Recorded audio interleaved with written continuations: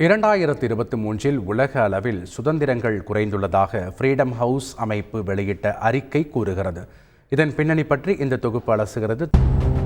கடந்த 50 ஆண்டுகளாக உலக நாடுகளில் உள்ள சிவில் மற்றும் அரசியல் உரிமைகள், சுதந்திரங்கள், அடக்குமுறைகள் பற்றிய ஆண்டறிக்கையை வாஷிங்டனைச் சேர்ந்த ஃப்ரீடம் ஹவுஸ் அமைப்பு வெளியிட்டு வருகிறது.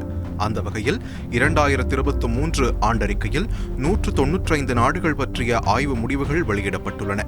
25 வகையான சிவில் மற்றும் அரசியல் உரிமைகள் தொடர்பான அம்சங்களின் அடிப்படையில் ஒவ்வொரு நாட்டிற்கும் மதிப்பெண்கள் வழங்கப்பட்டு இந்த அறிக்கை உருவாக்கப்படுகிறது. சுதந்திரமான நாடுகள், சுதந்திரம் இல்லாத நாடுகள் மற்றும் ஓரளவு சுதந்திரம் கொண்ட நாடுகள் என்று வகைப்படுத்தப்படுகின்றன. இவற்றில் 52 நாடுகளில் 2023 சுதந்திரங்கள் குறைந்துள்ளதாகவும் 21 நாடுகளில் மட்டும் சுதந்திரங்கள் அதிகரித்துள்ளதாகவும் இந்த அறிக்கை கூறுகிறது. இதுவே 2022 34 நாடுகளில் சுதந்திரங்கள் அதிகரித்திருந்தன.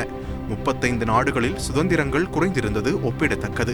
2023 உலக மக்கள் தொகையில் 38% சுதந்திரங்கள் இல்லாத நாடுகளில் வசிப்பதாகவும் 20% மட்டும் சுதந்திரங்கள் உள்ள நாடுகளில் வசிப்பதாகவும் 42% மக்கள் ஓரளவு சுதந்திரங்கள் உள்ள நாடுகளில் வசிப்பதாகவும் அந்த அறிக்கை கூறுகிறது. இந்த பட்டியலில் 100க்கு 100 மதிப்பெண் பெற்று தாராளமான சுதந்திரங்களுடன் பின்லாந்து உலக நாடுகள் வரிசையில் முதலிடத்தில் தொடர்கிறது. Canada, Denmark, New Zealand, Norway, Sweden ஆகிய டாப் 6 நாடுகள் பட்டியலில் உள்ளன.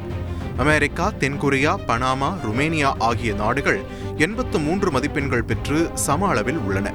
இந்தியா 66 மதிப்பெண்கள் பெற்று ஓரளவு சுதந்திரம் உள்ள நாடுகள் பிரிவில் உள்ளது. உலக நாடுகளில் தேர்தல்களில் முறைகேடுகள், வன்முறையினால் மக்களின் சுதந்திரங்கள் பெரிய அளவில் பாதிக்கப்படுவதாக இந்த அறிக்கை கூறுகிறது.